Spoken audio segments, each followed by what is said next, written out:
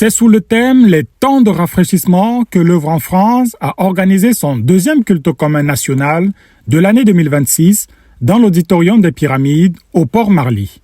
Près de 1400 personnes en présentiel et en ligne ont pris part à ce culte. La Chorale de France a, comme à l'accoutumée, introduit les saints et les invités dans la présence de Dieu avec des chants, des proclamations et des louanges à Dieu.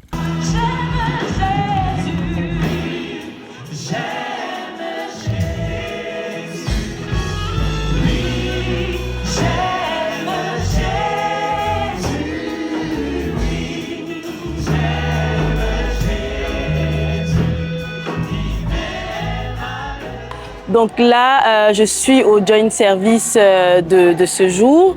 Je trouve que cet événement se passe très bien. Là, on peut sentir la musique, les frères sont en joie, la joie de se retrouver, la joie d'être dans la présence de Dieu. Donc c'est vraiment un très beau jour. Le pasteur Herman Bami, missionnaire basé dans le sud de la France, a posé le contexte biblique des temps de rafraîchissement, invitant l'auditoire à discerner qu'il est temps de recevoir de Dieu le rafraîchissement dans son esprit, son âme, son corps, sa famille et ses relations. Saisissant l'occasion, la sœur Nadia Lepoku a rendu un vibrant témoignage montrant comment ces temps de rafraîchissement venant du Seigneur sont entrés dans sa vie. La parole a ainsi été donnée au ministre de l'Évangile du jour, le pasteur Meigné Boniface. S'appuyant sur l'histoire de Jésus et ses disciples dans la barque, il a proclamé que Jésus peut mettre fin au tourbillon et au flot de malédictions qui s'abattent sur une vie. À partir de plusieurs autres passages, il a démontré que Jésus-Christ de Nazareth est la porte des brebis, le chemin, la vérité et la vie. Celui qui ne croit pas en ce que Jésus est, mourra dans ses péchés, a-t-il dit. Et j'ai été tellement béni par le passage que notre missionnaire en Côte d'Ivoire, le pasteur Boniface Meigné, nous a partagé. Et c'était sur Marc 4, à partir du verset 35. Du fait des tempêtes, j'ai admiré vraiment la façon dont il a présenté l'évangile en utilisant des exemples courants des ministères sûrement qu'il rend et du fait que le Seigneur Jésus veut calmer les tempêtes, veut chasser les tempêtes. Le cœur rempli de crainte et sous le poids de la conviction, 55 personnes ont décidé de croire en Jésus-Christ et 21 brebis ont décidé de revenir dans la bergerie. Poussé par l'Esprit de Dieu, le prédicateur a demandé à tous ceux-là qui sont oisifs, n'ayant pas de but, de se lever et plus de 100 personnes ont répondu à l'appel. Ces personnes ont fait l'objet d'un conseil spécifique.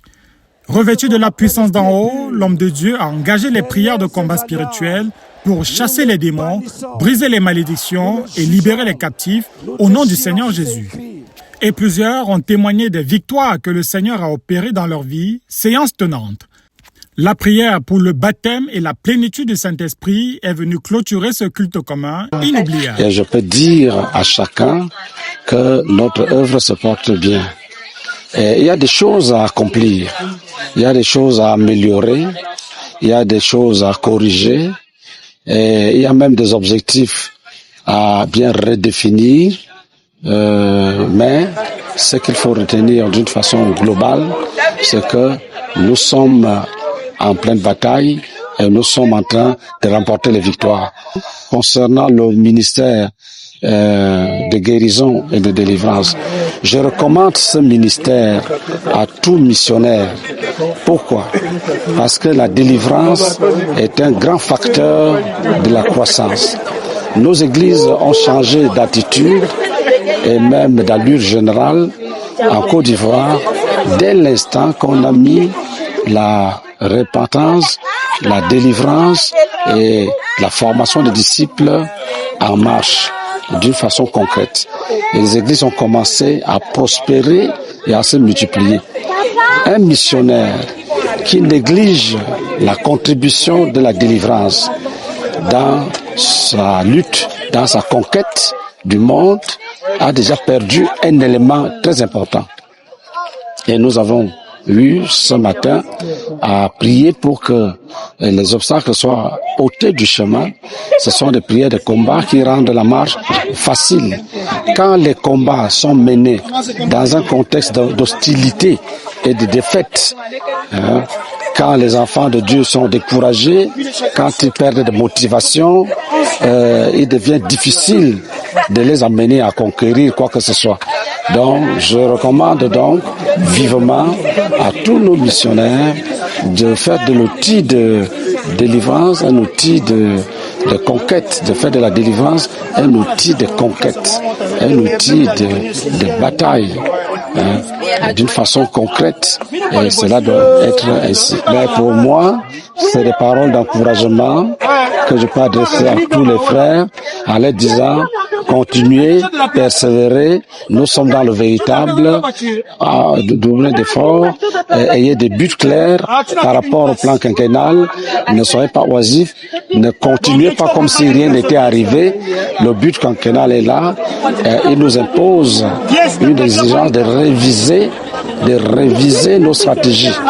Le but ne change pas, mais la révision des stratégies est une preuve que nous sommes sensibles aux mutations que nous impose la conquête du monde dans le contexte du but quinquennal. Bon, je bénis le Seigneur, pourquoi? Parce que toutes les commissions ont travaillé, notamment on a commencé avec la louange. Les frères nous ont amenés, transportés devant le trône de la grâce pour adorer le Seigneur. Et aussi après, il y a le message, les différentes commissions. Et je bénis le Seigneur aussi pour tous ceux qui travaillent au service. Même il y a certains qu'on ne voit pas, qui nous distribuent de l'eau. Et puis il y a ceux qui prient dans l'ombre juste pour la réussite de cet événement. Dans ma prière est que le Seigneur continue à nous bénir et que nous continuons à aller de victoire en victoire et de gloire en gloire pour son œuvre. Merci. C'est un réel privilège pour moi d'avoir assisté à ce culte de célébration avec pour thème des moments de rafraîchissement. Déjà, d'entrée de jeu, nous avons eu un excellent moment de louange et d'adoration avec la chorale. Nous avons également eu un témoignage assez impactant qui a pu montrer la main de Dieu dans la vie de notre sœur Nadia. Et nous avons eu cet enseignement, cet appel au salut, cet appel à la restauration fait par le pasteur Boniface Migné. Je voudrais ici remercier le Seigneur pour toutes les vies touchées, pour toutes les vies impactées par ce ministère. Et nous espérons pouvoir vivre davantage ce type de moment les mois à venir avec tous les frères venant des 4 coins de la France, venant de l'Île-de-France et venant des autres localités. Au roi de gloire, toute la gloire pour ce deuxième culte commun qu'il a amené à l'existence et les victoires remportées dans le visible et l'invisible. Pour la RTVC, Aristide Niamsi.